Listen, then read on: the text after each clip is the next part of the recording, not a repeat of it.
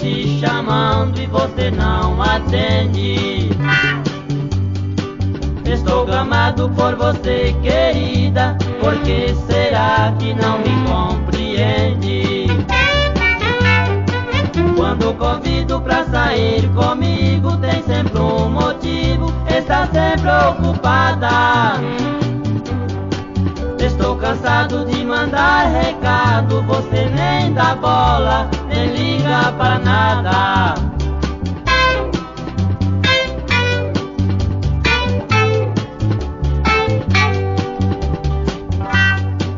Até inventa que não sai comigo porque vai assistir uma tal de novela.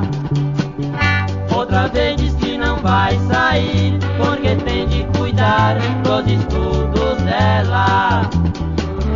Outra vez diz que a mamãe não deixa, que o papai é bravo e seu irmão não gosta.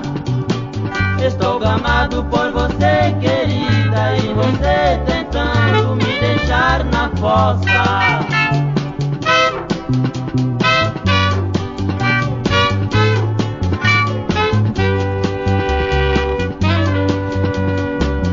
Já mandei cartinha, já mandei recado e até agora não tive resposta. Se você, benzinho, não me atender, desta vez eu sei que vou ficar na fossa.